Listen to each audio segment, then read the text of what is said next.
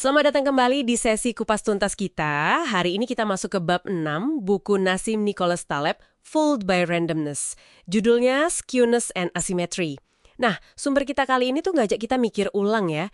Kenapa sih sekedar tahu peluang sebuah kejadian itu seringnya nggak cukup buat paham risikonya? Oke, jadi misi kita sekarang kita bongkar nih konsep skewness atau ketidaksimetrisan. Maksudnya gimana? Kenapa kok besarnya dampak sebuah kejadian itu katanya jauh lebih penting daripada seberapa sering kejadian itu muncul? Nanti kita lihat deh gimana ini bisa mengubah cara Anda ya, memandang risiko. Bahkan istilah pasar yang umum banget kayak bullish atau bearish, itu bisa jadi beda artinya. Siap ya? Yuk, kita mulai. Oke, jadi konsep inti asimetri ini gimana ya, rasanya tuh kayaknya masuk akal tapi kok susah gitu ya diterima langsung. Contoh di buku ini kan soal strategi investasi tuh. Ada 999 kali peluang menang $1, tapi ada satu aja peluang rugi $10.000. Sepintas kan, wah kayaknya aman dong ya, kan menangnya sering banget. Bener nggak sih? Betul-betul. Itu contoh yang bagus banget karena langsung, menantang bias kita. Kita tuh seneng banget lihat frekuensi, lihat angka 999 itu, padahal, ya ampun, satu kali rugi $10.000 itu kan langsung menghapus semua kemenangan tadi, malah jadi minus kan?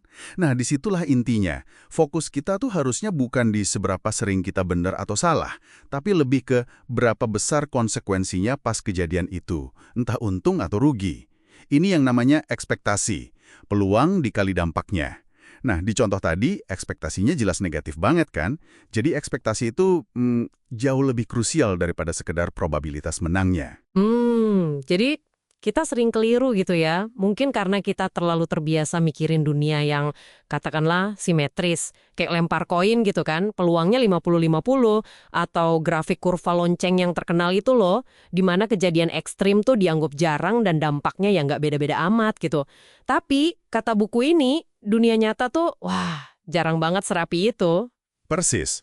Dan justru karena dunia nyata, apalagi pasar keuangan ya, itu penuh dengan asimetri. Makanya istilah kayak bullish yakin pasar bakal naik, atau bearish yakin pasar turun, itu bisa jadi kurang bermakna kalau cuma lihat probabilitas. Anda mungkin aja yakin banget, 80% nih pasar bakal naik. Secara teknis kan Anda bullish tuh. Tapi Anda malah ambil posisi jual, posisi bearish. Kenapa coba? Ya karena Anda sadar, meskipun kemungkinan pasar turun cuma 20%, tapi kalau itu benar-benar terjadi, dampaknya bisa luar biasa besar. Bisa rugi bandar gitu istilahnya. Iya. Jadi balik lagi ke soal besaran dampaknya ya. Kayak kata Taleb itu, kita kan dibayarnya pakai dolar, bukan pakai probabilitas. Hehe. Nah, ini mungkin bisa mengubah cara Anda nih, para pendengar, pas dengar komentar pasar. Kalau cuma bilang, oh kayaknya naik atau kayaknya turun, tapi nggak ngomongin skalanya, risikonya, nah itu perlu hati-hati ya.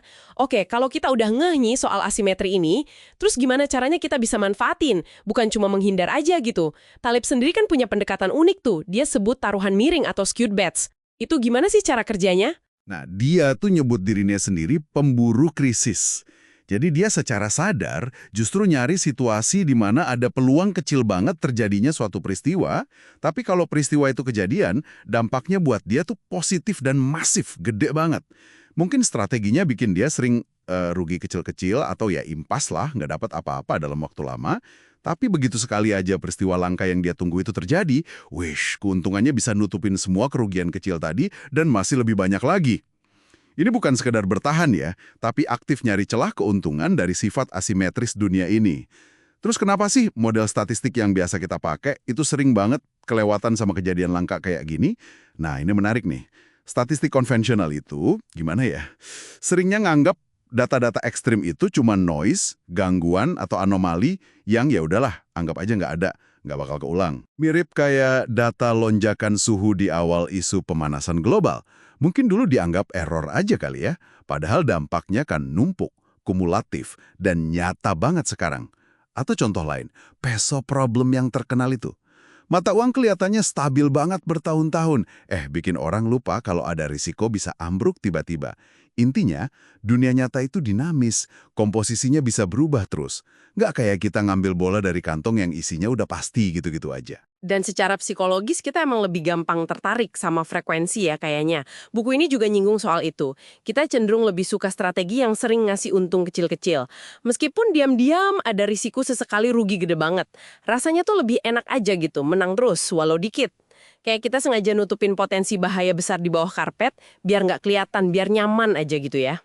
Ya, betul banget. Jadi intinya nih dari bab 6 ini tuh pengingat keras buat kita semua. Kalau mau nilai resiko, jangan cuma lihat probabilitas atau seberapa sering sesuatu terjadi.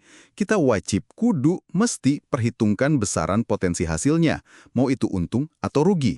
Kenapa? Ya karena dunia ini penuh asimetri.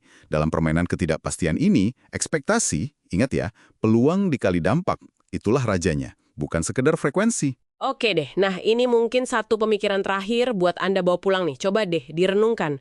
Gimana konsep skewness ini, di mana dampak itu bisa beda jauh banget skalanya, terlepas dari kemungkinannya, berperan di area lain hidup Anda. Nggak cuma soal investasi atau uang aja loh ya. Mungkin pas milih jalur karir, atau pas ambil keputusan soal kesehatan, atau bahkan mungkin dalam membangun hubungan. Coba deh identifikasi keputusan penting mana aja sih dalam hidup Anda yang hasilnya tuh potensinya nggak simetris banget. Wah, menarik ya buat dipikirin lebih lanjut. Oke, sampai jumpa di pembahasan mendalam kita berikutnya ya.